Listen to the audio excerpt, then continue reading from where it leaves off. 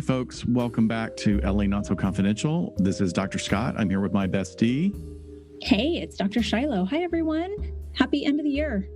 Happy end of the year. Let's gently show 2020 the door and maybe send 2020 out with some parting gifts and swag and a gentle pat on the back that they need to do something else and not come back and visit, because we're going to be dealing with 2021. That's right. This is our last episode of 2020. It's episode 60. And I think you and I will probably take a little tiny, small hiatus. Oh, yeah, definitely. To just reset a little bit with the new year. But it doesn't mean we aren't doing some fun things and have some collaborations in the works.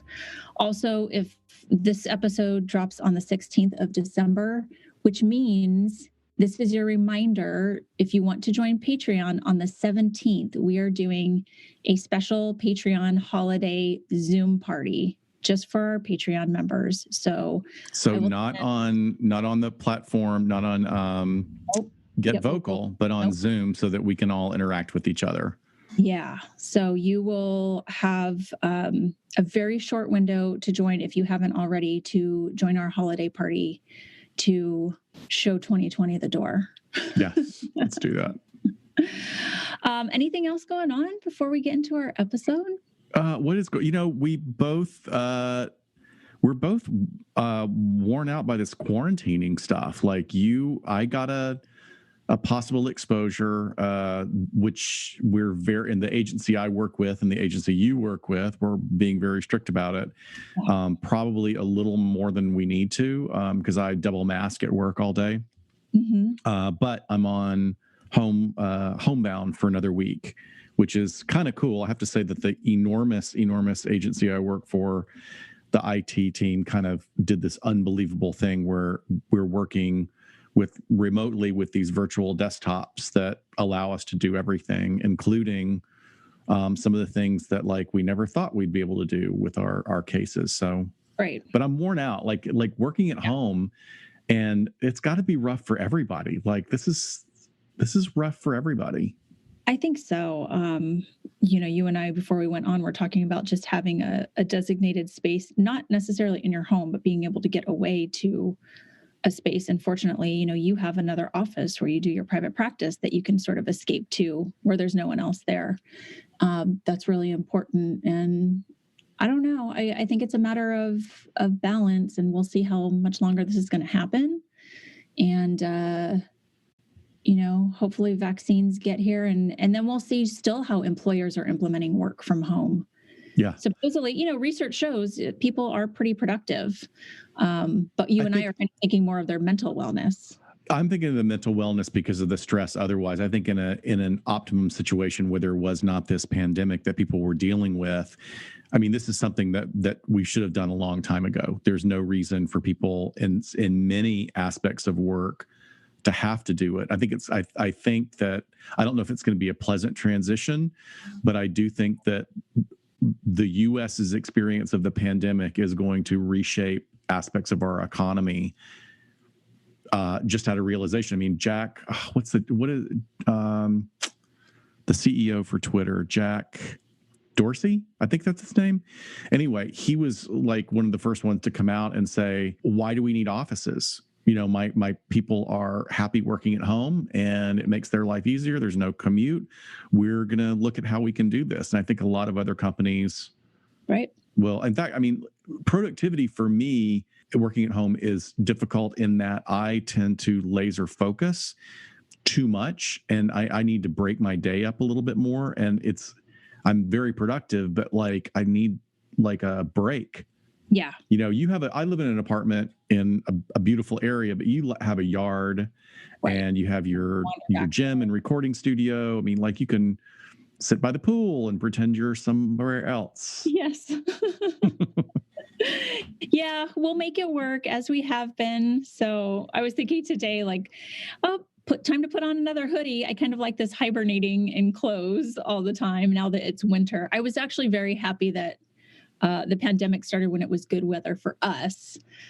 because I did, like, that's what I did, is I sat outside in the backyard and did my work day from there. But Yeah, that's pretty cool. I'm okay with hibernating at this point. So Okay. anyway, We hope everybody's doing well. Hope everybody's taking care of themselves. We really do. Check in with us, like, let us know how you're doing. And, there's tons of resources online. I mean, like, the last thing I think anybody wants to do is be doing more stuff in front of their computer, but there is some great stuff out there for taking care of yourself. Absolutely. So today we are bringing you something fun for our last episode of the year, something that we've kind of had on our list for a little bit, but we're going to be talking about Dexter, the real life Dexter, and vigilantism. So we heard earlier this year that the show Dexter is returning, and we usually talk about entertainment at the end of our show. We're going to kind of reverse that, and we have to talk about Dexter at the top. Definitely some spoilers here. So if you guys have not watched it, just fair warning, but you've had a lot of time to catch up on Dexter. But I'm sure most of our audience are Dexter. I would think so. Yeah. Or if you haven't, then, skip the next probably 15 to 20 minutes as we kind of go over the plot points. So when you and I met in 2008, I think, Dexter started in 2006. We were so into the show when we met. Oh, yeah. I have a Dexter bobblehead that was sitting on my desk. Yep. That was like because my friend Bob was one of the ones that highlighted, or not highlighted, greenlit the show on the network. And I just thought it was also just really different from anything you had seen on television. Yeah. And I don't think it was, here's the thing that I'll say that I'm critical about. It was not a consistent show. Like, the first 2.5 seasons just were off the charts good. And then it got weird, and then it got not good, and then it got weirder. But overall, I still thought it was really cool. Yeah. I remember you went to like some event from Showtime, and you were telling me, like, you got to go in different rooms and each room was themed, like a Dexter room and a Weeds room. Yeah. I was just like, oh, I'm so jealous. That's so cool.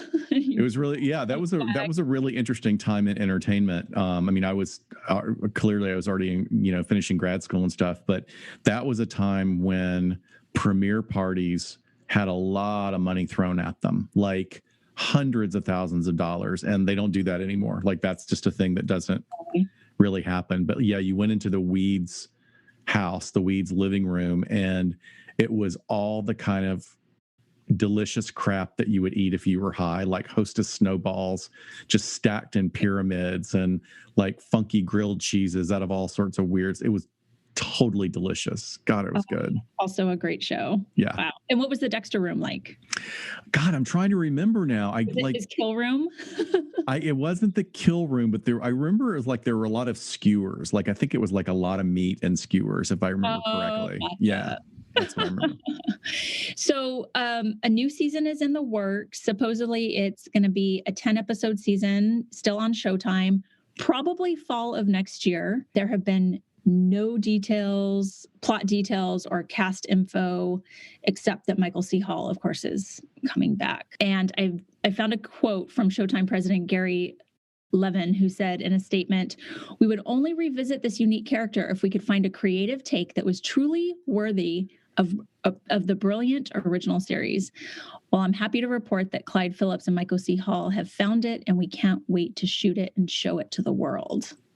So with that, I know you kind of said your take on it.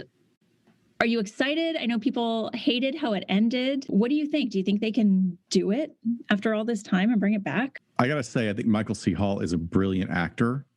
Yeah. And, there's a lot of really great creative writing being done right now. I think we're entering into this next level of entertainment where all the mediums are blending together. There are people who are crossing over where it used to be you were an actor who did movies or you were an actor who did television. And now there's this like crossover, which I think is really kind of amazing on a lot of levels. But if Michael has anything to do with it, it's going to be a great idea. Yeah. I was just, the one thing that I thought that disappointed me about the the end of the second season was you lost a lot of Dexter's internal monologue. Like that really was, to me, him, oh, this is when I'm supposed to feel this. This is what my dad told me. And they did a little of it, but they didn't do as much as they did like the first season, where you were like, oh, I don't have to guess what this is going on for this person. He's telling me what's going on. Yeah.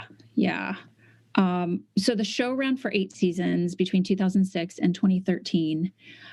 So for people that just don't know, basically the premise is it's a serial killer who kills killers. But the twist is that he's a blood spatter analyst with the Miami Metro PD. His thing is that he always saves a drop of blood on a blood slide from each of his victims. So before he kills them, he always cuts their cheek with a scalpel and saves a drop of blood.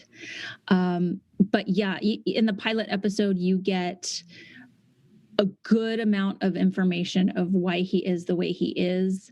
They don't necessarily show this scene in the very first episode, but as a child, essentially his mother was murdered, and he was found with his mother's dead body sitting in a pool of blood, covered in blood. And the police officer that responds to the call basically adopts him, becomes, his foster father. And then sort of and dies like later, but is with him as a sort of a visual representation of an internalized object. Like it's not his ghost, but it's the internalization he has made of his dad, giving him advice and chiding him or directing him in his. Right, because his dad does catch him killing animals early, and understands these urges inside of him, and basically teaches him a code to sort of live by, to keep it in check when he can and appear normal to the world. And what Dexter does with that is that he lets out that urge by killing the really bad people. And that was one of the tagline. His dad said, "Some people need to die, or some people need to be killed." Yeah. But you're right. There are a lot of flavors of picking up, even in that pilot episode, because I just rewatched it today, of him saying things like, "I don't have feelings about anything," or he says, like, talking about faking human interactions in the world, like even like sex doesn't interest him. His sister, he says, she really loves me, and if I were to love a person, I would love her back, but he's like, I don't know what that is. I don't have that feeling. And he's just like fakes being a super charming guy. So it's really a great show. I love it. I think the core cast of characters was always really good. Absolutely. Deb, like his sister, who's also a cop, simultaneously drives me crazy, but I love her character. Sergeant Dokes is just hilarious. And then the crime scene, one of the other crime scene guys, Masuka, is just also hilarious. But they also had, over the course of seasons, some really big guest stars, people that were, maybe even other killers themselves. John Lithgow, Jimmy Smits, a lot of big, it seems like Jimmy Smits was doing every big show back then. He was a guest in everything for a season. Yeah, his character was really annoying, actually. I mean, and not that he's not a great actor, but that character really annoyed me. But Colin Hanks was one. Yeah. Oh, God, what's the guy's name from American Me? Oh, Edward James Olmos. Yeah. So they had like really their pick of great established actors, and yet they also gave a lot of up and coming actors great benefits. In fact, I think the actress, what's the actress' name who played his sister? Shoot, it's around the top. We're blanking out. Anyway, she's great, but she had done only a couple of things before. She had done this really great horror movie called The Exorcism of Emily Rose. Oh, did she do that one? She did one where she was like a reporter or something, and it was all like... Wreck. Wreck was that was a remake of the French horror film that was zombies, and that was really good. But she, in this Possession movie, it's actually based on a true story about a young woman with really severe schizophrenia and a religious fixation, and how it was, she was killed during the process of the exorcism. Right. But yeah, she was really great in that. Yeah, she's very good. So, Dexter, the show, is based on a series of books by author Jeff Lindsay. And there's 8 books in the Dexter series. Those came out between 2004 and 2015. So, he wrote another one even after the series had ended. I had not read any of them. I read some descriptions. It seems like it does not track with the show beyond maybe like the first one or two. Right. Which is great because I kind of feel like I want to go back and read them because they're much different in how the story ebbs and flows. Yeah, you get the opportunity for it to be a completely different experience. Like it's a whole different thing. That's great. Right. It's kind of like reading The Shining versus watching the Shining movie. There you go. Yeah. Well, and I'm excited. I'm genuinely excited for it. I'm sure it'll be done well, and I'll definitely be watching. I don't know, this time next year. Hopefully not in quarantine. Maybe we could be together talking about it. Yeah, hope so. So one of the things I want to point out what I want to drill down on what you just said and make sure everybody listening picks up on this about what Dexter did so well was really cornering not really all 3 of the dark triad, but hitting the major things that we know can cause such level of trauma that then cause a personality disorder. So they don't really ever go into it, but like if we were to like get a file on this guy Dexter and let's do a forensic profile on him. Well, he doesn't have a history of an injury that we know about, but he did experience an extraordinary trauma at a very young age. Right. And there may have been some trauma prior to that we're unaware of.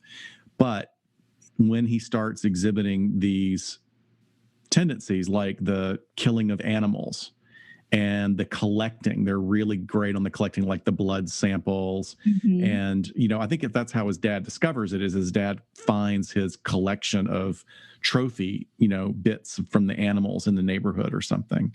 He finds a grave and Dexter says, "Oh, I killed that dog that was yapping so much because it was keeping mom up and mom's sick."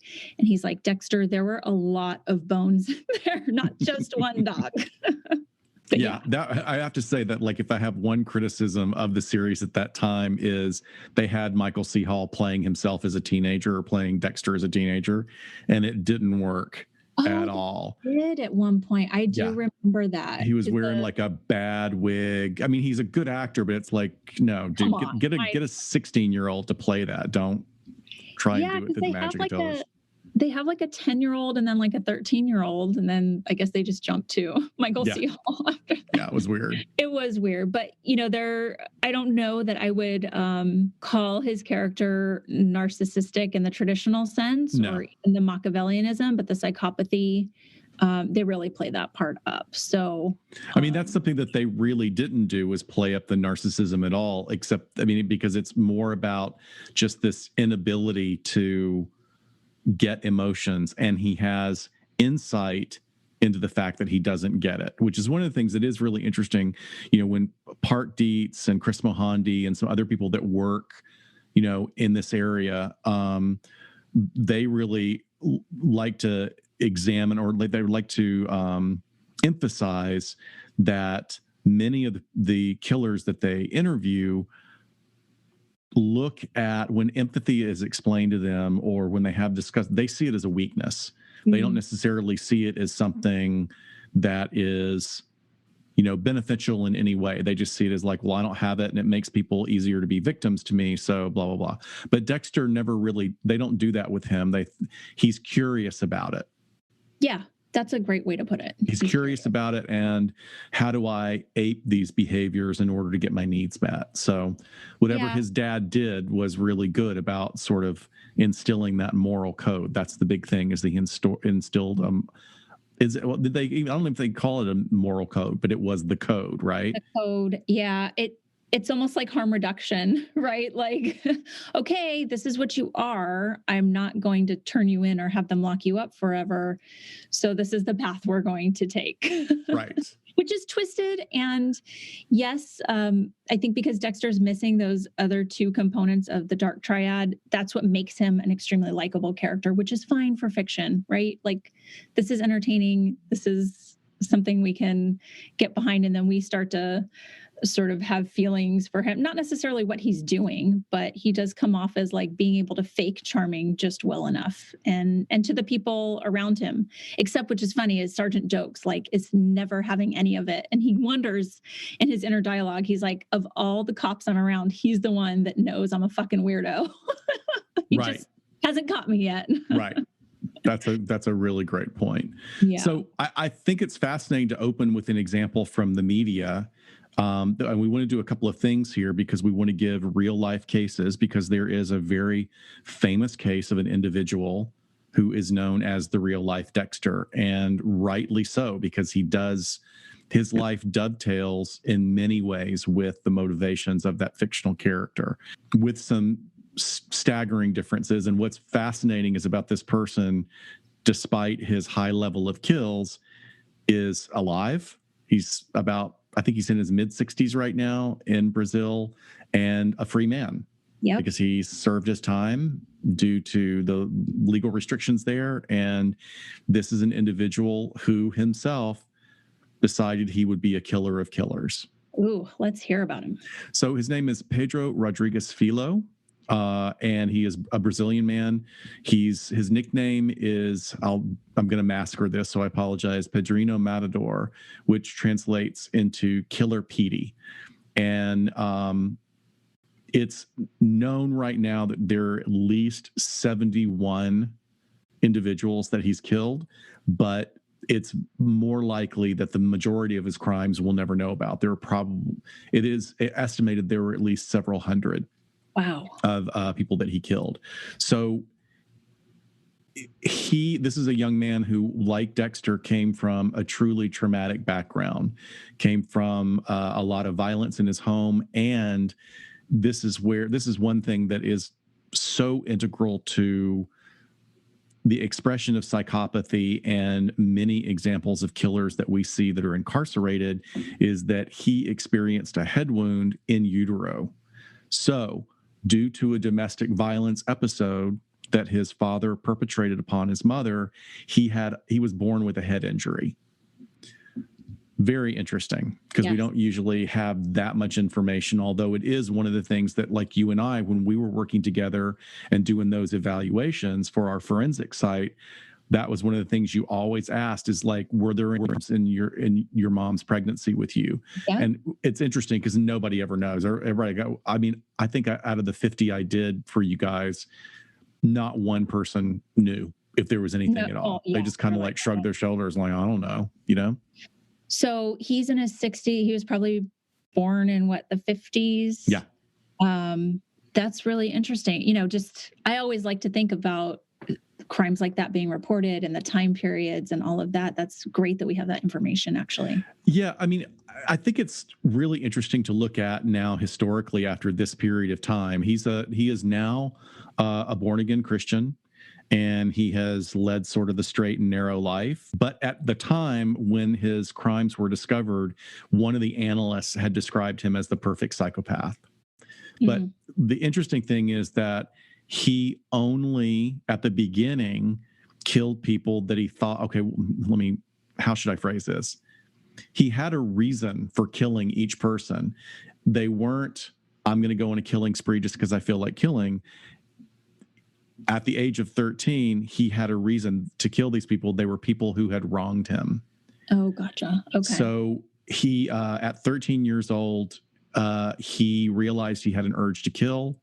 And part of that was because he had become engaged in an argument with an older cousin, and they got into a fight, and he beat his cousin nearly to death, like put him in the hospital with multiple injuries.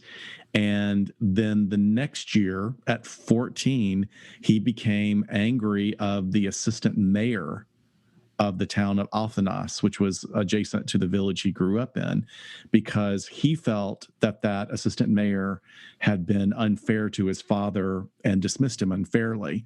So he went and killed him. And then after that, he went and killed a school guard that he believed was a thief, but probably wasn't. And then another guard who was later proven to be the real thief in that area. So it's interesting. It's like he's got a reason, but he does have that sort of pre-adolescent impulsivity, not really thinking things through, right? Right. Well, he's got a quote unquote reason, but it's like a one solution for every problem. Right. So later on, he continues criminogenic activities and behaviors because he engages in burglaries, but he's not killing people. Although he then encounters in the commission of one of the burglaries, it's not really clear in the history, but he encountered a drug dealer and felt that person deserved to die. So he killed that person and then began a relationship with that drug dealer's girlfriend or wife. Okay. She later was killed really brutally by gang members. And this apparently was something that actually really pushed him into high kill mode. And in order to avenge her, he tortured severely and killed several people in order to find out everyone that was involved in the murder of Maria Aparecido Olympia.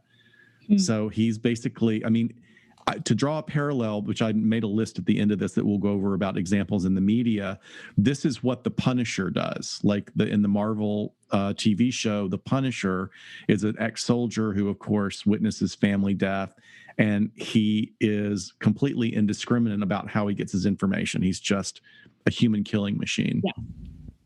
That, because, it's interesting how we do that in the media, is we when it's written well, you identify with the person. And that's what the more successful movies about vigilantes have done. And there are a lot of movies and TV shows about, it's basically also every superhero. It's like, you want to tell Batman, go get some EMDR. Bruce, really? Get some talk therapy. Work through this trauma, please. Relax a little bit.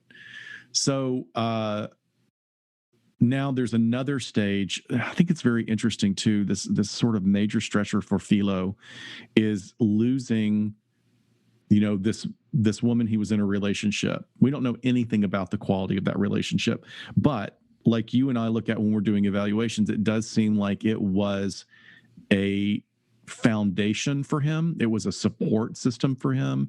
It was one of those points that in the rubric we would give them a point.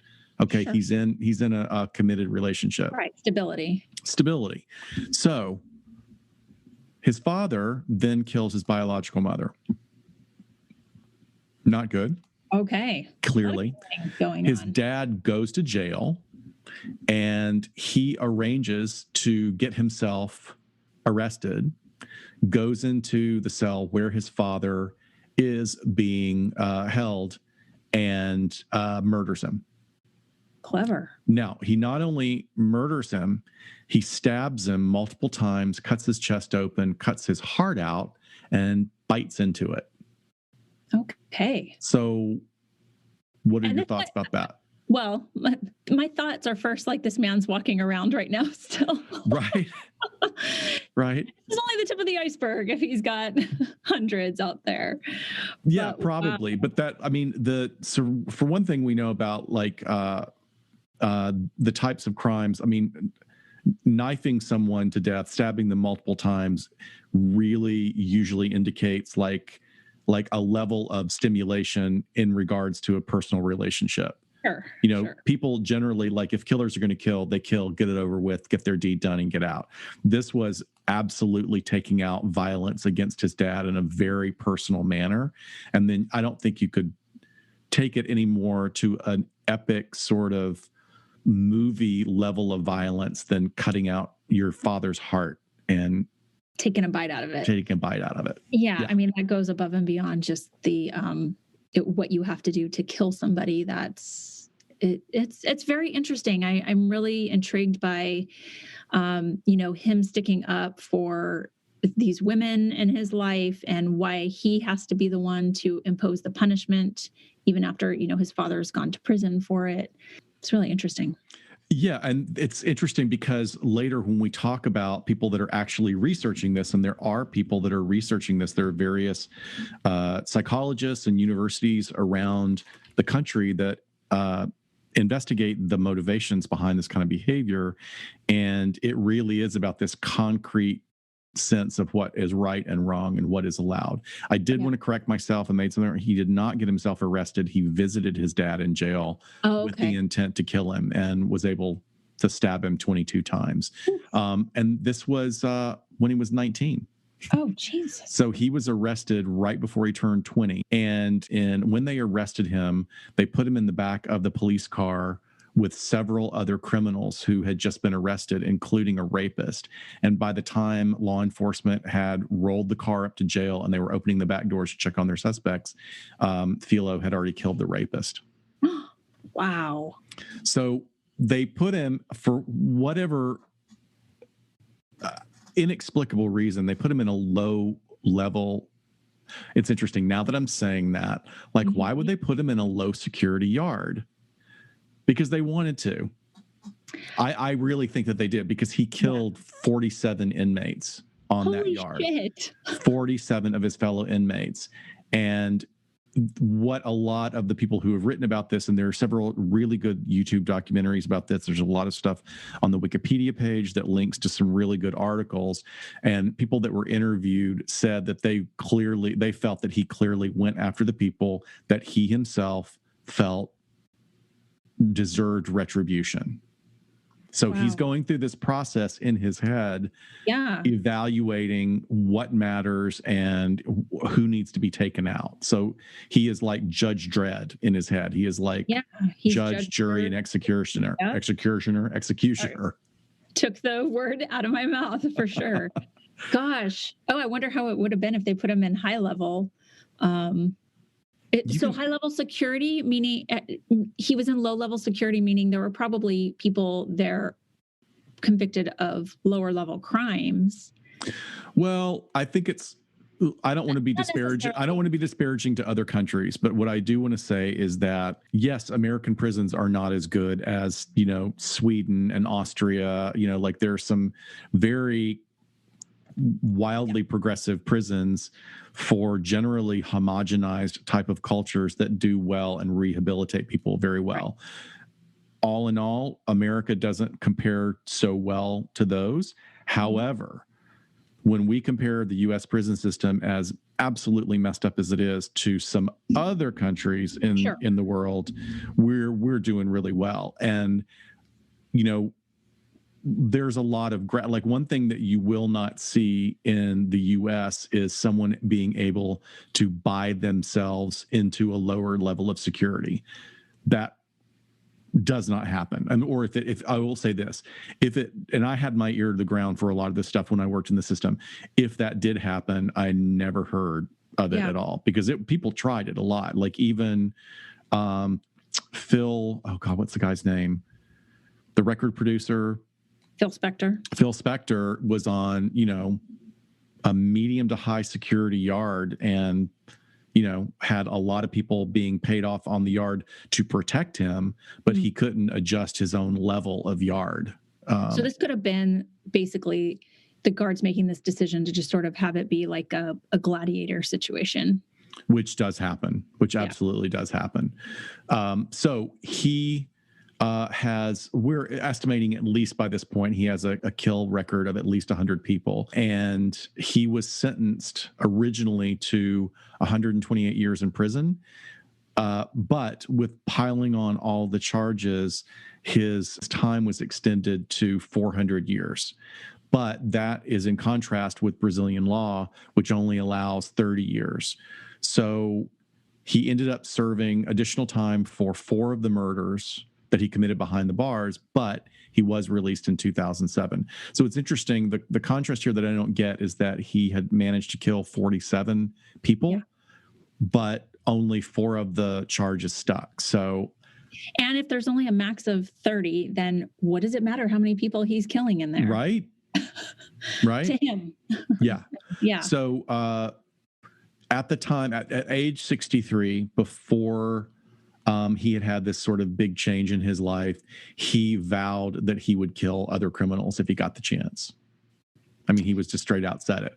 But then he had a religious conversion. And if he did, more power to him. Apparently, he's not gotten any more trouble. It's very interesting. The guy is like crazy prison fit, like one of those where you see like, I mean, there's a workout that's used called the Naked Warrior. It's very common in the prisons around the U.S., which is all calisthenics and body weight based.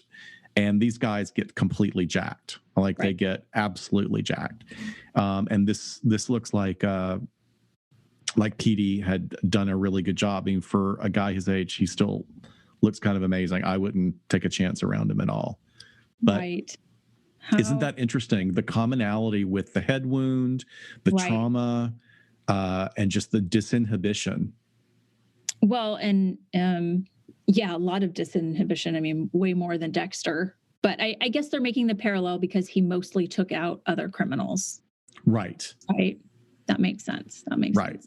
But I mean, like, I don't know if in the show Dexter, do they ever actually tell how many people he's killed?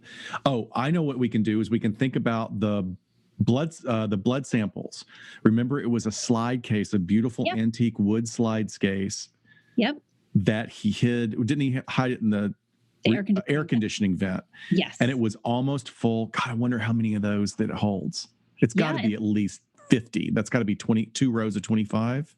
In the pilot episode, it was almost full. Like there were already a lot in there.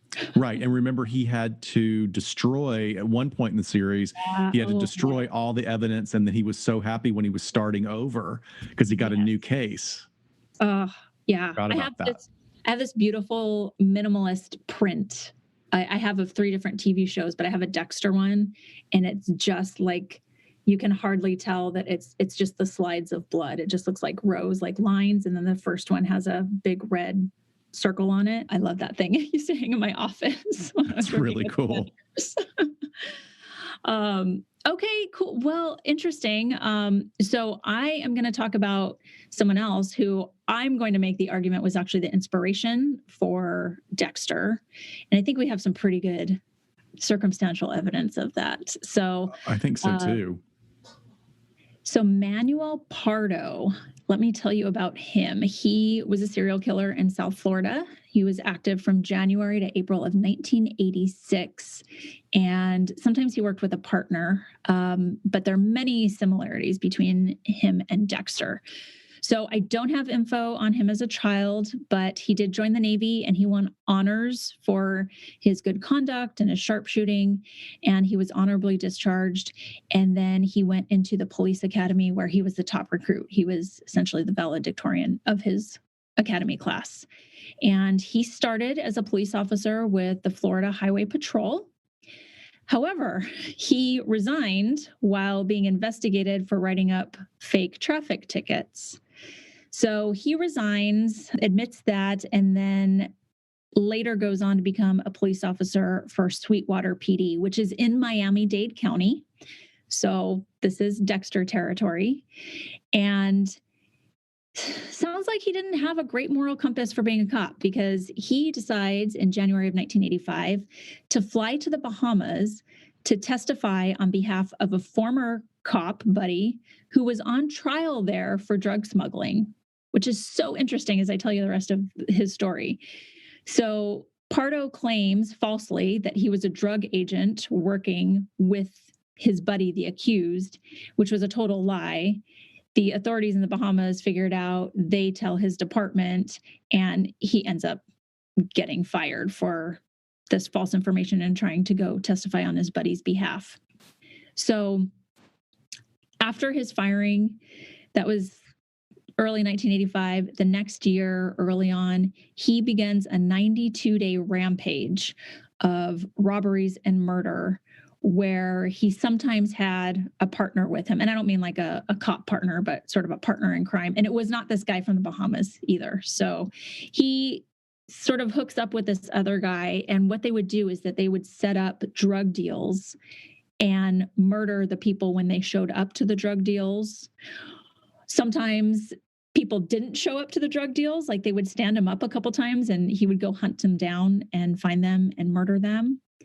So total, during that rampage, also of robbing drug dealers and stealing their money and then killing them. He had killed 6 men, 3 women, and he kind of had the same attitude as Dexter in thinking that he was doing the world a favor by getting rid of them. But in the last robbery and murder, it seems like he accidentally shot himself in the foot. And what he did is he fled and he flew to New York, got some medical help there and checked into a hotel. And some evidence in Florida was linked back to him, and they found him in New York. So he was then arrested, and tons of physical evidence linking him to the crimes. But instead of blood slides, he would take photos of his victims. He would keep a huge collection of newspaper clippings about his victims, and then write details of the murders down in his diary. He did go to trial.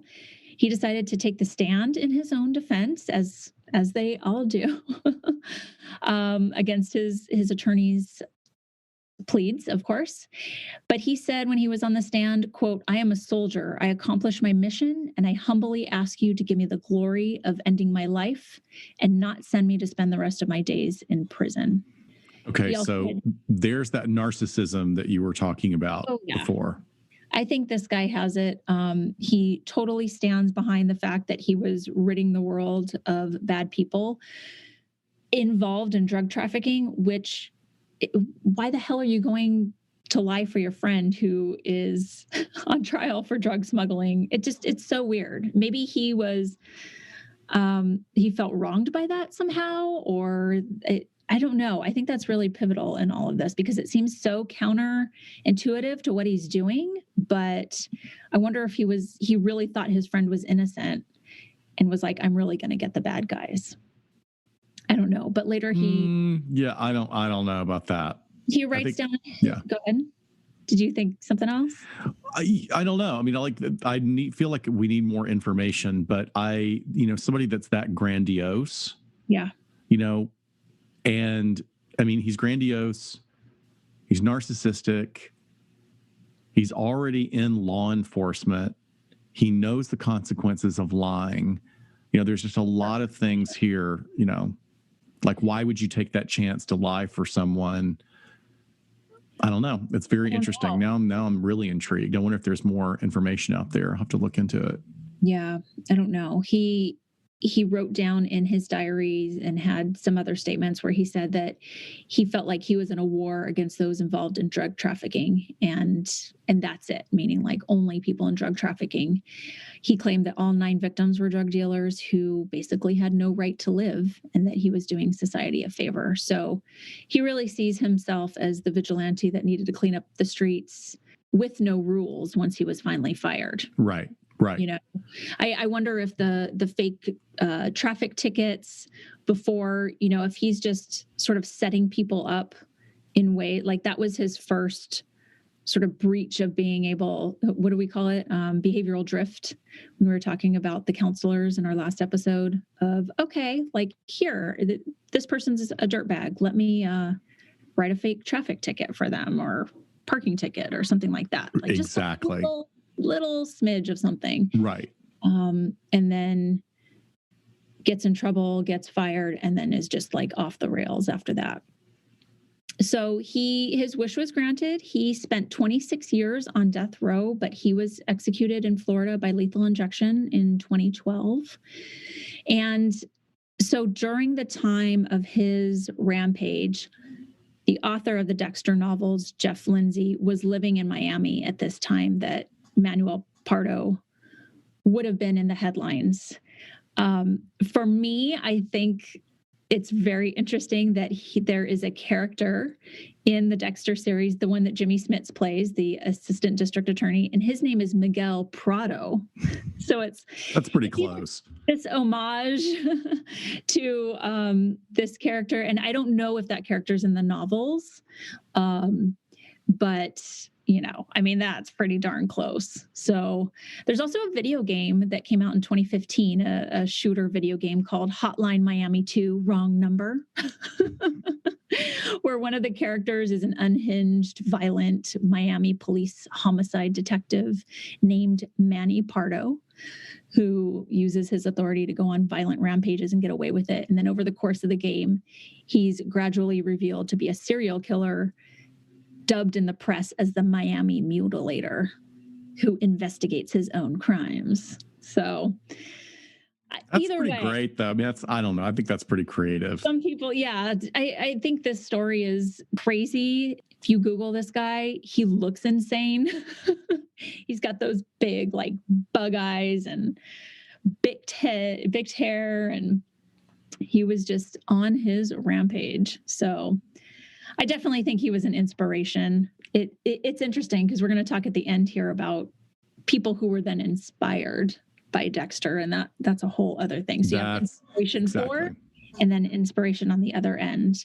There's also, I saw some articles saying that the Trinity killer that was played by John Lithgow in Dexter was inspired by, or sort of, yeah, I guess inspired by BTK with the way that he committed his crimes. I don't remember enough about that season, although I remember it was really good. That was a really good season, and partially because John Lithgow was such a fantastic actor, but also how disturbing his crimes were.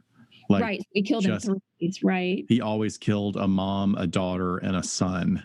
Right. You know, sort of this, what we would call repetition compulsion, playing the same thing out over and over again, and making, I think if I remember, like with the little boy, the son, he would like make him wear a certain set of pajamas and play a certain game and eat a certain type of food. That's right. And then he would make the mom, he would force the mother to walk off, like jump off a building backwards. Like he would basically hold a gun to her head. If I do remember something like that. Yeah, it was crazy. But like that would have been interesting because that's way, so that, what was that, season 3? So that's 2008, 2009? No, maybe a little bit later. Yeah. Maybe it's 2010. So that's before they had any idea who BTK was, right? Was it only season 3? I don't know. Well, it's remember who he kills. He kills Dexter's wife. Right, Rita. Yeah. And that didn't happen until at least season 3.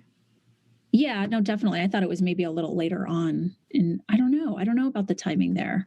But the fact that he kills families and sort of indiscriminate about, you know, he doesn't have like one type of victimology. And then it's just kind of this plain guy that isn't very remarkable in any way.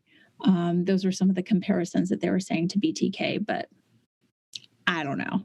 Well, I mean, you know, look, I mean, and I don't mean this, I don't mean to be disparaging, because I think John Lithgow is a brilliant actor, but he's a big doughy guy. And Dennis Rader was a big doughy guy, you know, like big sort of Baby Huey type looking, you know, that like a big imposing person, but doesn't particularly seem threatening. Right. So exactly. Unremarkable. Hang on. I'm going to look at what season that was. I loved all the people that were playing his family members too. And when you think that he's sort of created this version of the all-American family, and Dexter at one point is like having dinner with them or something, and you realize how messed up the family is. Like the mother sees Dexter talking to her daughter and interprets it as if Dexter, he was comforting her. So he puts his hand on her arm. The mom sees it. And instead of the mother going, "Hey, you don't know my daughter, don't touch my daughter," she comes over and says, "You know, if you're going to be doing those kind of things, we just really need to be careful about it, because my husband can get really mad and we just don't want to get him mad." Oh, that's like, so creepy. Whoa, weird dynamic. Memory, by the way. Jeez. So it was season 4. Yeah, it would have been 2010. BTK was caught when? 2005. So it fits. That's interesting. Yeah. I like that. Could work. Yeah. Cool. All right. Let's take a little break, and then we'll come back and talk about vigilantism. Absolutely. Thank you for listening to this fantastic show on the Crawlspace Media Network. We want to talk to you about another show on the Crawlspace Media Network. you got to subscribe to Crawl Space. Crawl Space is a true crime and mystery podcast hosted by the creators of Missing Maura Murray, which happens to be us. That's right, Tim. It's you and I. We also host Crawl Space. It runs the gamut of the true crime genre, and we try to apply our deep dive investigative techniques into cold cases and missing person cases like Brianna Maitland, Brandon Lawson. We also discuss the mystery of Suitcase Jane Doe, the Colonial Parkway murders, and a number of other cold cases, mysteries, and just strange occurrences. And we also converse with experts in the field of criminal psychology, law enforcement, and crime media. Want to know how to catch a liar? Or what it's like to wear a wire and get a confession from a juror in your son's wrongful murder conviction? Crawl Space has it. Want to know what it's like to escape a serial killer just by happenstance? We got that too. So go ahead and check out Crawl Space, subscribe to it on your favorite podcast app right now. There's no reason to wait. Do it now. Now. All right, we're back. We're going to talk about vigilantism in our episode here about the real life Dexter. And what do we know about vigilantes, Scott? Well, once again, we pick a subject that I, only know a bare surface of it, and then to go and find out that there's actually some real research being done in this area, some of which I think is a little bit more triggering for me, which is kind of an ironic term to use as we go through it. But so a vigilante is... what I want to talk about is I want to talk about like what the definition of the term is, and then what the research has revealed about the motivations and the personalities of these individuals that engage in these acts. A vigilante is an individual or a group of individuals that are self-appointed enforcers of sometimes actual law, but generally arbitrary laws in their community. So vigilantes act without any actual legal authority, generally because the legal agencies are thought to be inadequate, and they don't seek that out because they don't feel like their needs are going to get met, or maybe they feel like that law enforcement has dropped the ball. And that's how every vigilante movie goes, right? Like, absolutely. The investigation goes cold, or it's not moving fast enough, or they don't have enough evidence. So. And I think what makes it interesting about why those stories are so compelling is because the story of the vigilante, almost everybody can relate to having something happen and feeling frustrated at either the pace at which the resolution of that incident is taking, or the end result is that nothing gets done right to resolve that, whether it's a minor issue or it's the examples of, when we see interviews with parents about missing children, and the trail has gone cold and they feel that the authorities aren't doing anything, and which may or may not be true. Maybe the authorities aren't doing anything, or maybe the trail has just run cold and there's nothing else to work with at the time. Yeah. And on the other hand, like the thing that makes it more difficulty is that you see examples in the media of these people that won't give up. And they do it for 20, 22, 23 years, like on a single case, and they end up finding the killer or solving the crime. So on one hand, we're actually, that's not violent vigilante justice, but we applaud people for being persistent about their efforts to rectify these situations. So that's why I think we get kind of a mixed feeling when we hear these stories. So look, to legitimize their actions, whether they're lawless or not, vigilantes argued that their ends justify their means. So it presents as a real paradox. The activity exists outside the bounds of an official policing or a legal system, but its conceptual core is very conservative leaning. So vigilantes regard themselves as standing up for a mainstream moral code, although their own actions, more times than not, put them outside the parameters of law. So they think they're doing the right thing. And it's like, well, of course, we'd have to break some rules in order to get the right thing. This is for the greater good, which is very interesting, talking about sort of mindsets of conservative versus non-conservative, of like the greater good as opposed to individual. So the mental twisted to get to why it's okay for you to do this. Absolutely. Some real mental gymnastics. So when we think about how this is presented in the media, in movies and television, reporting these depictions, it taps into a basic human desire to right the wrongs that people have suffered. And the direction to righting that wrong is preferably by our own hand. And it's very common. Like, you think about people who tend to be frustrated and highly anxious have those sort of stereotypical arguments in the shower. Like, they have play arguments in the shower. And then I'm going to say this, and then I'm going to say that, and I'm going to put my finger in his face, which is actually sort of a somewhat, to an extent, healthy way of dealing with overwhelming emotions. Mm-hmm. But that's when we're talking about vigilante action, which is going forward with that violence. That's not a healthy way of expressing the anger or the frustration or the rage or the trauma at all. Yeah. So, in fact, interesting to take it back around to the example of the Punisher, especially in the most recent iteration of the Punisher for Netflix that was done for Marvel. And I did not even like that actor because he played such an asshole in Walking Dead, and he completely won me over on Punisher because he was so good. But the thing they did about his origin story in this reboot or this retelling for television is that he had major trauma and a head trauma. Oh, really? Yes, they explained that. So they laid some real believable groundwork for what, impacted his impulsivity. So I highly recommend it.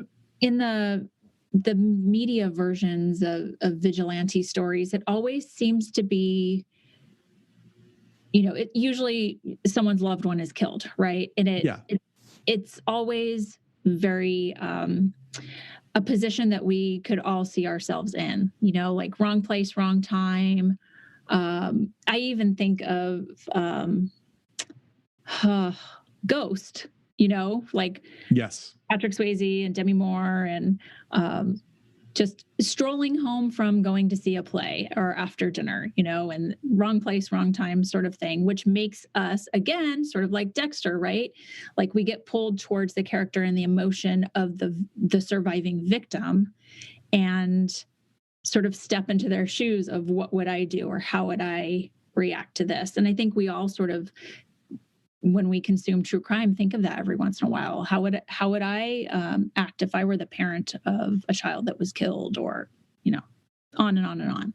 Right. And the problem is, and the problem inherent in that is that we have a legal system that, for the most part, does what it's supposed to do. Although there are certainly some systemic problems, there's institutionalized problems that need to be addressed. But compared to some other places in the world, we do really, really well. But it rarely moves at the speed that people want it to, especially in American culture. American culture is, I want what I want, and I want it right now. And that's what our media teaches us to be. It's what our culture teaches us to be. And that comes in direct conflict with, I sit across at work, from two detectives that are constantly having to explain to people that are calling them, sir, ma'am, this is how it goes. This is the procedure, and we have to follow procedures. And I know that, over and over again, they have to explain, that this is the way things go, and that they have to, manage their expectations. And I think that's it's very hard to hear when you're on the receiving end of that information. But it needs to be methodical, so we're not scooping up the wrong people and innocent people. Right, because that's what happens, and especially with vigilantes, and we've got a couple of examples of that. So the psychology of vigilantism, I think, because vigilantism rather than vigilantism, because that'd be two I's. So vigilantism. Okay, I'm going to stick with that. The psychology of vigilantism is generally underscored by a feeling of being marginalized or being victimized. And one of the researchers that's well known in this area, Dr. S. David Bernstein, states whether or not other people agreed that this victimization was occurring is actually irrelevant. The individual is clearly experiencing it as real. So I think that's another thing, that it's, sort of this personal experience that may or may not parallel with objective truth. in many cases. Right. So vigilantes are strongly influenced by their own internal expression of attribution theory. And attribution theory asserts that when an individual attempts to understand the behaviors of another by attributing or assuming that one thing is being caused by another thing, event, person, etc. So a vigilante believes that they understand the feelings, beliefs, and the intentions of another person or another entity as the source of that person's motivation. And that can be very incorrect. You can have a very incorrect assumption about why somebody else is doing something. So the vigilante has judgments on those supposed motivations based on their own internal processes. Mm-hmm. So they can see themselves as the law or superior to the law or disdaining of the law. So the vigilante perceives his actions as a response to the behavior of someone who has committed a wrongdoing, which is an external cause, rather than being the result of some personal characteristic or quality, which is an internal thing. So someone may have committed a crime, but why are they committing? Why is that person stealing food? Why is that person selling drugs? Well, they may be selling drugs because that's the only way they can support their family.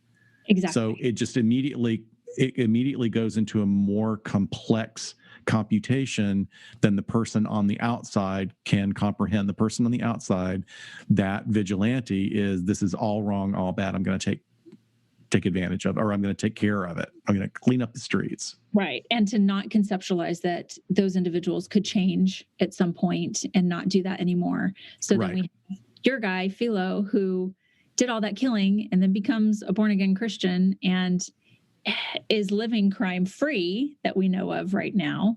So he changed. He allows himself that latitude, but he didn't allow his victims that latitude. That's a great observation. You have this cognitive piece you're talking about, the attribution theory, as well as, just as any of us would be if we were victims, becoming emotionally hijacked because we're victims of something. Right. So those... Or feel that we're victims of it. Right. Or perceive victimization. Right. So now there's another one that I'm going to have to really do a dive on this guy because he's written a lot. This is Dr. Donald Saucier. He's a psychologist at Kansas State University, and he has written about a parallel phenomenon called social vigilantes. And basically, he's using that as sort of a metaphor for the derogatory term of social justice warriors. Which I have a real problem with because we need to stop using that term in the way we do because it's demeaning and dismissive of the actual institutionalized social problems that we have that need to be addressed.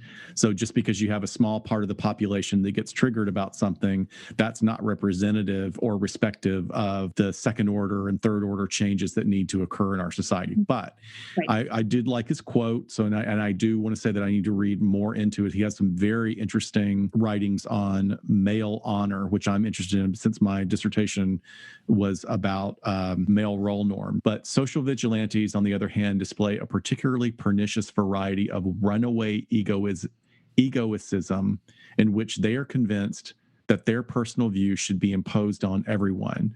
Social vigilantes believe that they are acting on behalf of society to enforce correct ways of thinking and behaving, much like the vigilantes of the Old West believe that they were acting on behalf of their community and society by enforcing their view of the law.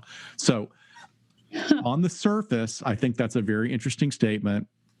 And I don't know. Everybody in Huntington Beach right now.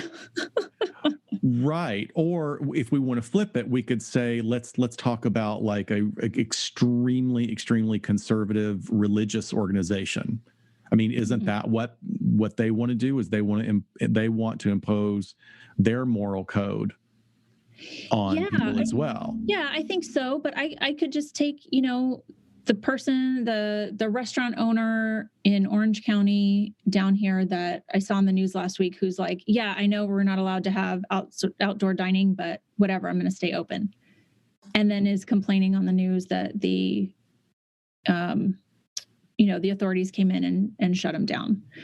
He's not speaking for everybody to say that the way he's acting is on behalf of, he's not fighting my fight, but he thinks he is. He thinks he is. Yeah. Sure. Yeah. He sees himself as, someone that is by flouting those rules, he is fighting tyranny in a way, right? So there's some more stuff that I thought was interesting. Dr. Saussure also says that social vigilantes go beyond believing that their views are correct, which we all do, to explicitly trying to propagate their beliefs. And that social vigilantes regard the mere expression of beliefs or attitudes that are contrary to their own as akin to a social crime and must be prevented if possible and punished should it occur.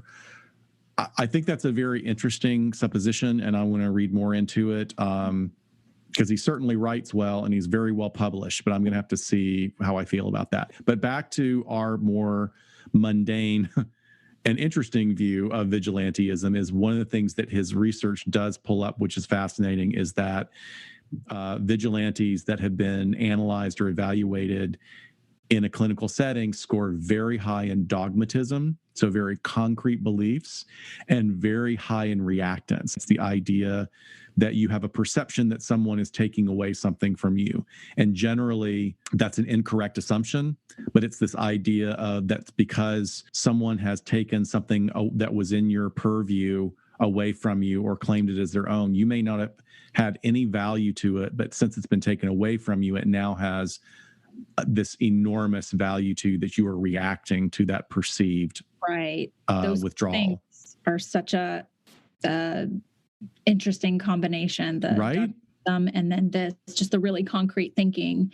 And then when that thing happens, I must absolutely react and, to sort of feel like it's balanced again, or to I have to write it. Yes. I have to write this. And when we think about it, in a way, Ted Kaczynski is a vigilante, right?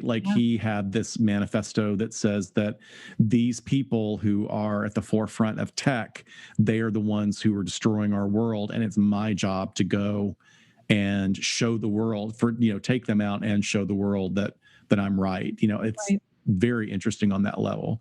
So there's also groups that are vigilantes, and there are some that do some really interesting stuff. I find the work that Anonymous has done has been fantastic, and it's not a formal group. Anonymous is back.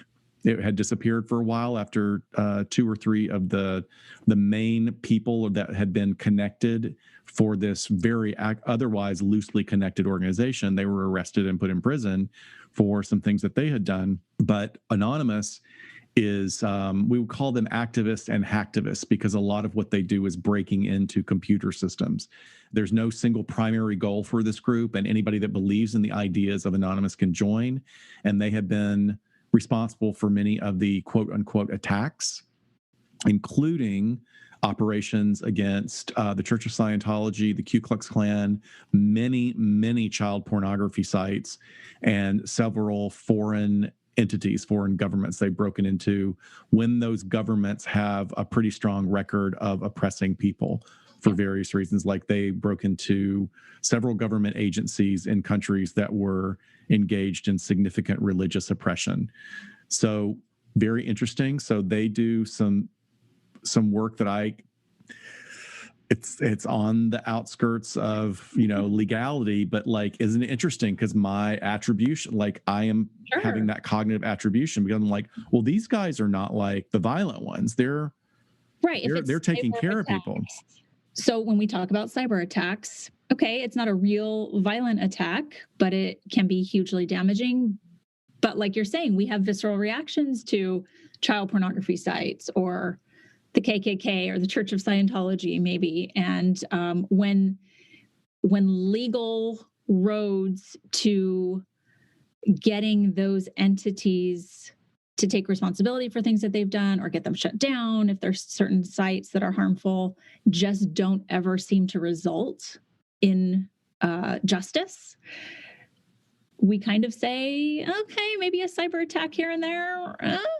We can sort of look the other way. Yeah, I mean, we're having, I think, what would be considered normal reactions. It's interesting because then after they had gone after porn sites, that led me to the discovery of another organization that focuses a lot on child endangerment and sex trafficking. and that is Creep Catcher. And Creep Catcher is a loosely organized network of groups or chapters that are across Canada. And their goal is to identify and publicly shame adults that seek sexual encounters with children. And this one gets wonky in that way of they are casting their net really far and wide, and they don't have the training of law enforcement to rule out some of the people that are there by accident, which absolutely can happen. But they even go further because they are setting up sort of to catch a predator type things, but like with less background checks. Yeah. So they lure adults into online relationships with somebody who's posing as a minor. And then when they organize a face-to-face meeting, Creep Catcher documents the meeting via video and audio recording, and then they make it public. So they don't give it over to the police; they just make it public. But the problem is that once again, it's not organized. It's not working with a legal law enforcement agency, and there's a lot of fallout and collateral damage. Like one guy that was found to be guilty, that in their consideration of engaging in this relationship that he was lured into, killed himself. That was in Edmonton, Canada. And then one of the organizers of that organization actually became overwhelmed with what he was doing, and he killed himself. So what's another one? Oh, another example is that there was outrage at the exposure of one of them, and 3 other vigilantes kidnapped this alleged child perpetrator, kidnapped him, beat him, and cut off his thumbs. Wow. Yeah. So, yeah, it's outside the bounds of the parameters of law enforcement that are there to keep those things from happening. So, let's look at the just go off the rails quickly. There's no accountability or system to it. Right. That's what it is. It just goes off the rails because nobody's holding each other accountable for what's going to happen. And you get into, especially like a group of 3, it's more than just 2. It's like you're all in this bubble that you create about we're doing the right thing. We're taking out the wrong people, or we're taking out the bad people. Mm-hmm. So one of the things that the research articles that come up, we're going to link to this at our notes, which is so great, the common features of the vigilante activity. So it looks like there's 7 features that are common to vigilantes, and the activities are planned and premeditated. They're conducted by private citizens who participate voluntarily. Nobody's being made to, and they act autonomously, but they're usually influenced by social unrest or social issues or things that are happening in the culture at the time. So they're at the whims of the zeitgeist that is occurring. They often use threats of harassment, violence, and force. And activities tend to surge up when an established or expected order is deemed inadequate. So what are we seeing, in the case of Kyle Rittenhouse? This young person decided that he did not approve of the riots and that he needed to do what he was going to do, including obtaining an illegal weapon, crossing state lines, and killing 2 people, wounding 1. Yep, that's exactly who I thought of at the top of this section. Yeah, it's interesting. I mean, it just fits all of this, right? And it's the excuse that's often used is to control crime or other social infractions. And the targets of the vigilantes are alleged perpetrators of a crime. And once again, going back to our legal system here in the States, is you are not guilty until proven innocent. You are guilty until proven otherwise. And that's the way our system works. So when we mess with the system like this, like these individuals who feel that they have a hero complex or, a narcissistic complex or a grandiosity about their decision-making process, it clearly gets messy very quickly. So vigilantes often use social media to shame their targets. And one of the things that is a phenomenon that's occurring now is that when things go viral and they get more likes, it then spurs them to do even more. What we were talking about earlier, that behavioral drift, where someone can continually evolve towards behaviors that are way outside the parameters of what they would even have considered acceptable previously. That's such a interesting thing for this day and age, that this online activity can sort of light more fire behind this because of the whole psychology around, getting dopamine hits from seeing likes and seeing people latch onto it and seeing it go viral, how that can be intertwined here with vigilante activity. Yeah, absolutely. So when they broke down the motivations of the vigilante beyond, the commonalities, the research here is really important because the behaviors of the vigilante depend on several key factors: the characteristics of the person themselves, the environmental context of the activities that they engage in, and if that vigilante identifies with either the target of the vigilante behaviors, so if they identify in some way with the victim or with others who are committing vigilante activities, that is immediate spike in possibility of violence. Isn't that interesting? So you would think the latter, certainly, but not necessarily the former. You would say, oh, well, the group peer pressure of like, oh, look what everybody else is doing, I'm going to join in this. But I think what they're talking about in that former point is that if someone is triggered by something that they may have a drive to, or they may have committed in the past, or may have been a victim of themselves, they have transference, to use a psych term, and then they act on that when they engage in these activities. I'm starting to think that there's probably a huge difference between just like the lone vigilante and then these groups that we're talking about. Because clearly, there's going to be, it's usually a personal victimization or injury with the lone vigilante, rather than kind of this societal or social justice or whatever beliefs, these groups are trying to change or target. I think that's probably really needs to be parsed out in the research at some point. I think so too. I think the commonality there would be a sense of like the lone. I mean, I would think it'd be interesting, and I'm going to make a sort of a supposition that, or I'm going to theorize without any data, that the individual actor has had a personal experience, has been bullied or has been victimized, and may more likely to have had an actual victimization, as opposed to the people that act out in groups, right? Because it's a bonding situation, and they feel victimized by the world rather than individual slights, and can feel more empowered to actually take action. So there's the whole like group dynamics, right? That group dynamics. Yeah, and the bravado that comes from being in a group that's like, hell yeah, we're going to do this. We're going to take those bad people out. When we look at the 5 internal drives or motivations, there are, is it 5? 1, 2, 3, 4, 5, 6. Oh, 6.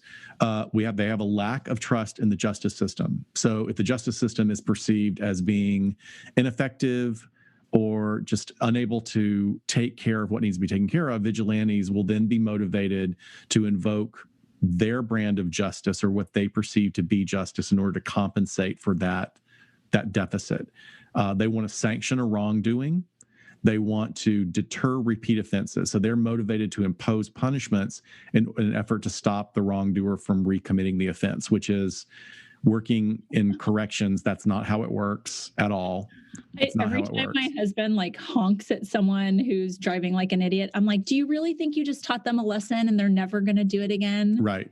Does it make you feel better, or do you think you taught them a lesson? What does he say what does he do? Does he turn to you and go, yes? Yes, absolutely.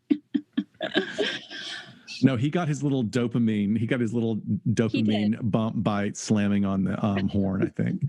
So going on with those factors, deterring others from committing a wrongdoing. So they fear that others might commit a wrongdoing. So that motivates them to preemptively punish the person, almost like sort of 1984 thought crimes. Right. This is a person that we think is going to do this because they're kind of squirrely in other ways. So I'm going to act out in expectation of that. And then also there's, once again, going back to that external locus of control, craving for someone to blame. And vigilantes generally struggle with these perceived injustices, and they will seek out an alleged perpetrator to identify and place that blame. They want a lightning rod to be the recipient of their anger and frustration.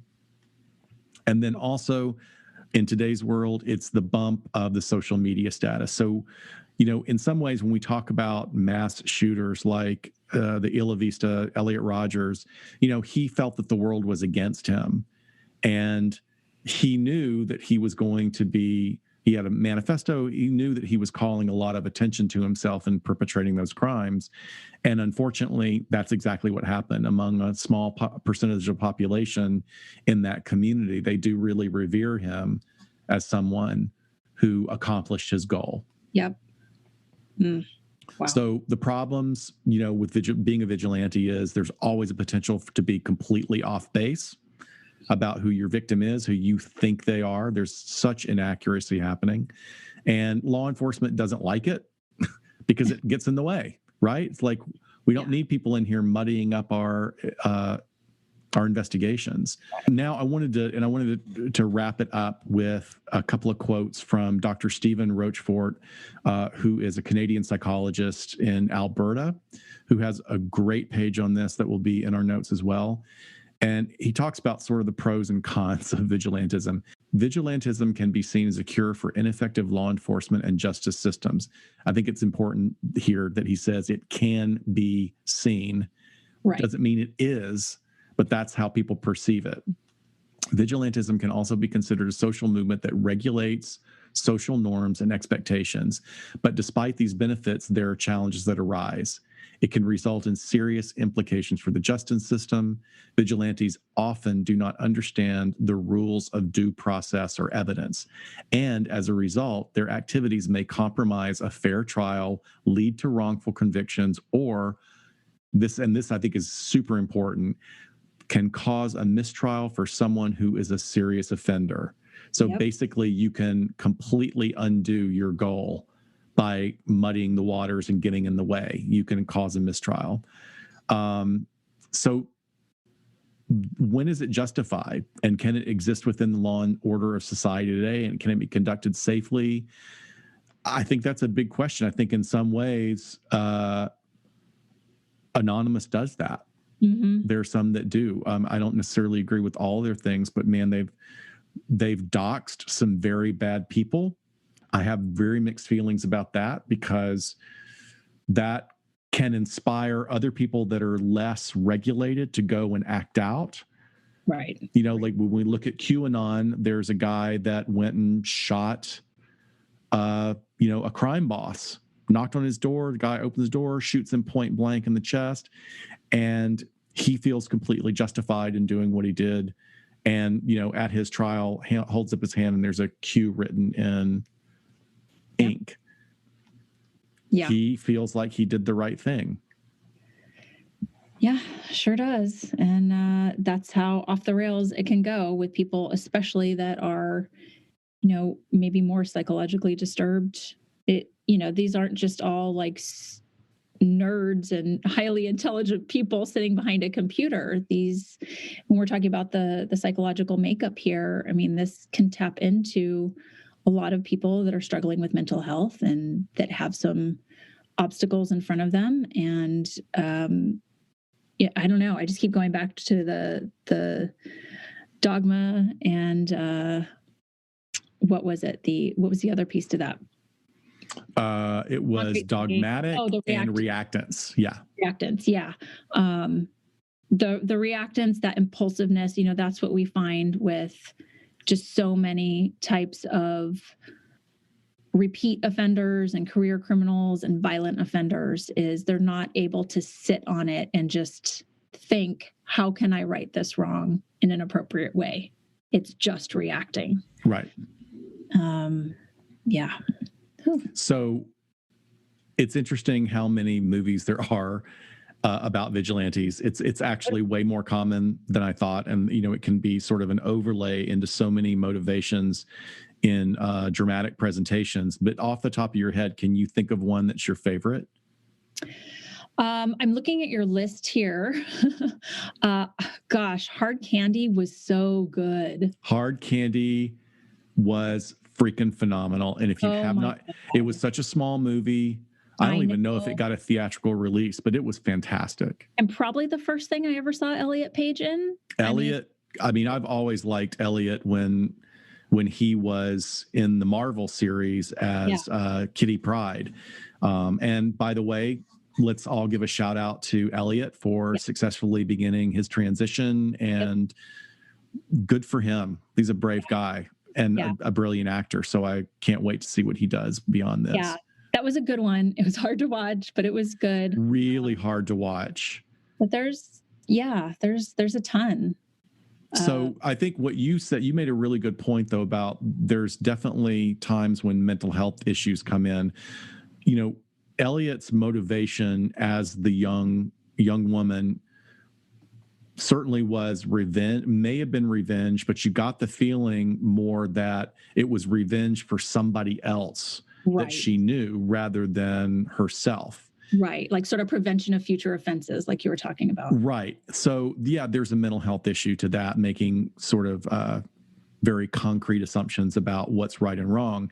But when we have something like Taxi Driver is clearly an individual who is decompensating. He is breaking down into, just these primal drives, and clearly from the beginning has really poor social skills. Sure. So there's a lot that's presented there to help us understand. Falling Down is another one. Falling Down is someone that has been evolving into a violent episode for many years. So it's not that he's snapped. He's been on this road for a long time.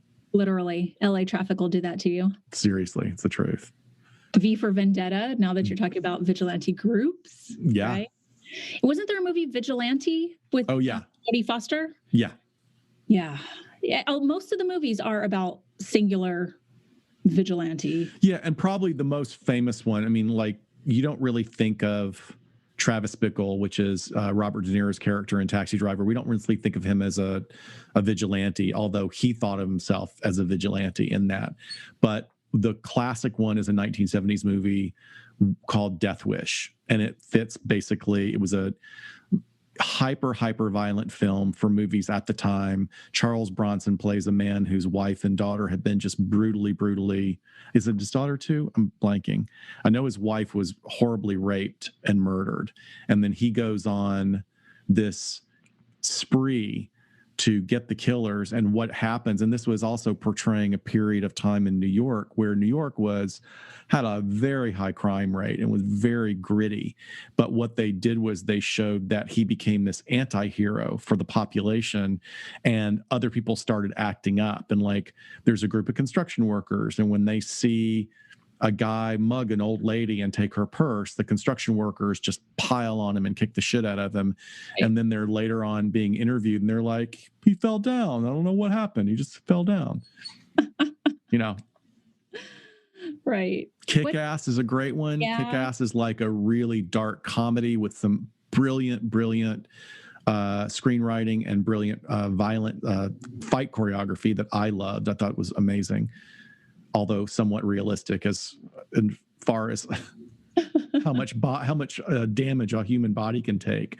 But many of our superhero tropes do the same thing.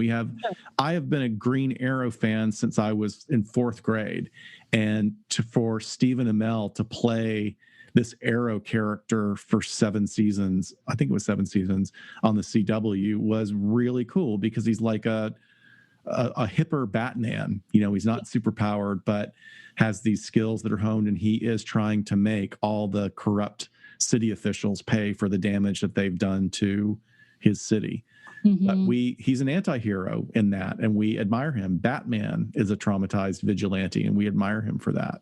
Yeah. But that's probably one of the problems, is that many of these people who take on the vigilante role do identify with someone who is like Batman or Green Arrow, which is not really realistic. You're not a billionaire.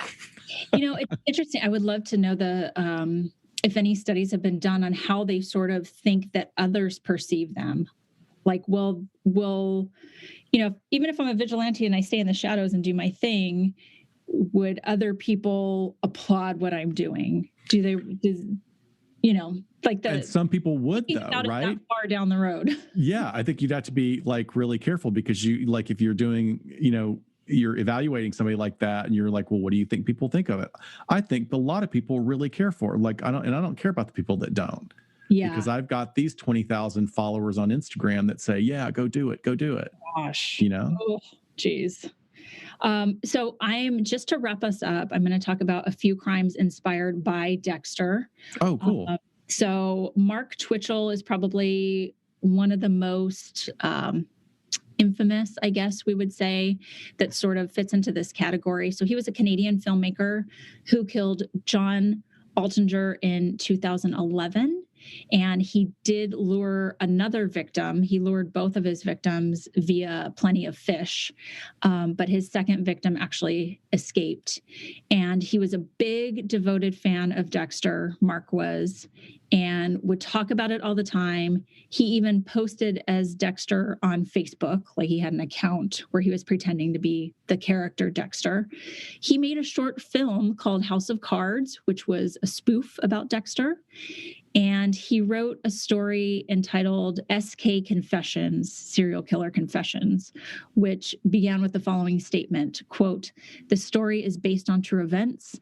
The names and events were altered slightly to protect the guilty. This is the story of my progression into becoming a serial killer." His diary was found after his arrest, after he killed Mr. Altinger. It read that his kill room was perfectly prepped. He talked about having plastic sheeting taped together around his table, a large green cloth screwed into the drywall ceiling to shield the view of it from his guest's line of sight, and to shield him, of course, as well. He says, quote, I now stood but a few feet away from the front door, which I had locked, of course. The plan was to wait in the shadow of my curtain until he approached the door and shock him with the stun baton, followed by a sleeper hold that would sap away his consciousness so that I could tape him up and set him up on my table. So let me ask you, so he's identifying with Dexter, but he doesn't have a vigilante drive. Like, he's not trying to right any wrong, right? No, he doesn't. The investigators suspect that he wanted to kill someone and possibly kill multiple people. Obviously, they think he was going to with this other victim, so that he would have more experience for a serial killer movie that he was writing. So there's definitely, because that's what you do. Yeah. There's different motivation, but he took Dexter as the person that was going to teach him how to kind of follow through with murder more than I'm a vigilante. That's very interesting, because that sounds somewhat delusional. Yeah. Like severely personality disordered, but there's that grandiosity. Like, I'm identifying with this fictional character. Very interesting. Yeah. Yeah. Then there was also Mark Howe. He was a 21-year-old care provider in England. And in 2013, he wanted to smoke pot, but his mom, Katrina Wardle, told him that he could not. So he stabbed her 53 times in the head, throat, and chest. He had spent all of his time generally playing video games and became obsessed with Dexter Morgan from the television show. Before killing his mom, he researched the knives that Dexter used. He researched how to buy a kill bag or organize a kill bag online. And he became so obsessed with knives that he would buy them and collect them. And then when he would get angry with his mom, he would stab things in his room to take out the rage against her. So after he murders his mom, he doesn't really know what to do with himself. So he tells a friend online that he killed someone. The friend doesn't believe him. So he sends a picture of bloody shoes to the friend. And then he kind of wanders to a couple of the care facilities where he works and just openly admits to a colleague that he killed his mother. So, I mean, this was obviously, this is not vigilantism either, but someone who was over-identifying with this character and just violent tendencies in general. And then a woman Jessica Lynn Lopez. She was part I remember of that one. few people. Yeah, because it was here in Southern California. Yeah. She was a part of a group that killed this young woman in 2012 in the Riverside area. A young woman named Brittany Kilgore was murdered by a former Marine Staff Sergeant and his 2 female roommates. And one of those roommates was Jessica Lynn Lopez. And after they murdered her, she fled and went to a hotel room where she was caught and had attempted to die by suicide, but wasn't successful to that. But she confessed to her part of the murder, and she said, quote, "It was as if my idol Dexter had spoken directly to me. I made a few attempts to chop her up like Dexter with master's power tools, but I was afraid it was too loud and it sucked at cutting flesh." So it's, we don't have these true vigilantes that have been inspired by the series, but there's several more examples than just these 3 that I won't get into, of people who are claiming that they were obsessed with the show or idolized Dexter and maybe even copied some of the stuff that he did to kill individuals in real life.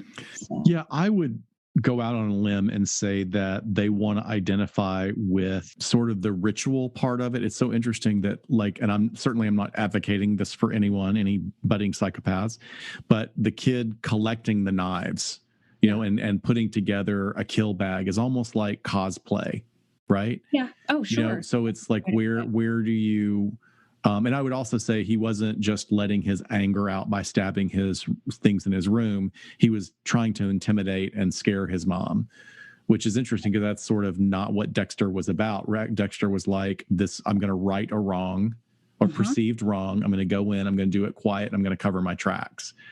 But the idea that, like, it was as if my idol Dexter had spoken directly to me. I made a few attempts to chop her up. Like, that's just such a very emotionally stunted perspective. Yep. Not delusional, but grandiose and stunted, I would say. Yeah, because it's very different than I was hearing Dexter's voice. Right. That would have been an interesting defense. Yeah, exactly. But I don't know. I'm glad that there aren't people that are doing exactly what Dexter did that we know of. I don't know. Maybe they're good enough. But yeah, I think if we had looked into these 3 individuals' backgrounds, they probably would have been into a lot of other things that we could link to their violence. Well, what I would say is, if there are people out there working like Dexter truly as he did, then we wouldn't know. Yeah. Right. True. Because that was one of his markers, is that he was incredibly good about covering his tracks. Right. But he's the movie version of it. And it's like, that is very, God only knows, like I always used to laugh about, like, as much as I love the show, it's like, damn, I don't ever want to go to Miami again. Like, how many bad guys is he killing? And he's there. What if I accidentally walk outside the store and I didn't buy something? Clearly he only took out, when they describe the people that he takes out, they all are, awful people, right? Objectively very bad people. Right, exactly. Okay, so I brought up the pronunciation of vigilante or vigilantism. Should I play it? Yes. Okay. Why didn't it play? Did you go on YouTube? Was it Something Speaks? Damn it. No, I'm just on Google. Can you hear that? No, can you? No, it must be a computer thing. Okay, so what Dr. Shiloh and I just did was we went on the Google and the YouTube pronunciation. It is vigilantism. Oh, you can hear it in your headphones? I can hear it. It's vigilantism. That's okay. That's okay. It's okay. You're good enough. You're smart enough. And by golly, people like you. Vigilantism. Damn it. Vigilantism. Just take that bite, like that sound clip of them speaking it correctly, and can you just dub that over every time I said? I'm just kidding. Well, also it's like a robot. She's like, that would be hilarious. Vigilantism. Oh, that would be great. Vigilantism. All right, everybody. A happy new year, and please just check in with us on social media, see what we're doing, and we'll be around. But we truly hope the rest of 2020 is good and safe and healthy for you guys. And we can't wait to just start over and see what 2021 brings for us. Everyone, please be safe. The good news about the vaccines is really exciting. I'm excited about it. I will be one of the ones that signs up to take it. I absolutely believe in the science of this. And but it's not magic. You still have to wear your mask. You still have to physically distance. Please don't let your guard down. Do it for the people you love. Do it for the people that love you. Please be careful and try and be kind. You know, I'm not the best at it. I get fed up with dumbasses, but I'm going to hold myself accountable to all the people that meet us here on this platform to try and be kind and patient with people that just don't get it. So let's all try and do that. Have a Merry Christmas. Happy holidays. Happy Hanukkah. This is like this is the third night of Hanukkah. Yep. And please join us. When you download this on Wednesday, please join us the next night if you're one of our Patreon members for our Zoom cocktail hour. I think it's going to be a lot of fun. Take care, guys. We'll see you next time on LA Not So Confidential. Bye, folks. Bye-bye. Happy New Year.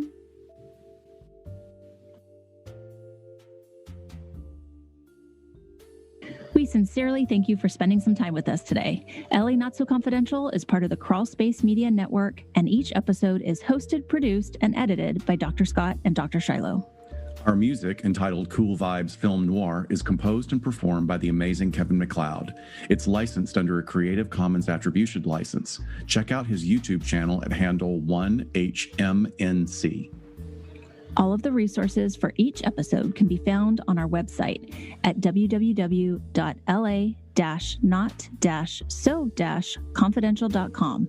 You can find us on Instagram at LA Not So Podcast, on Twitter at LA Not So Pod, and on Facebook at LA Not So Confidential. Please hit subscribe so you never miss a new episode. Lastly, we'd be honored if you join our Patreon at patreon.com/LA Not So Podcast. Until next time, folks.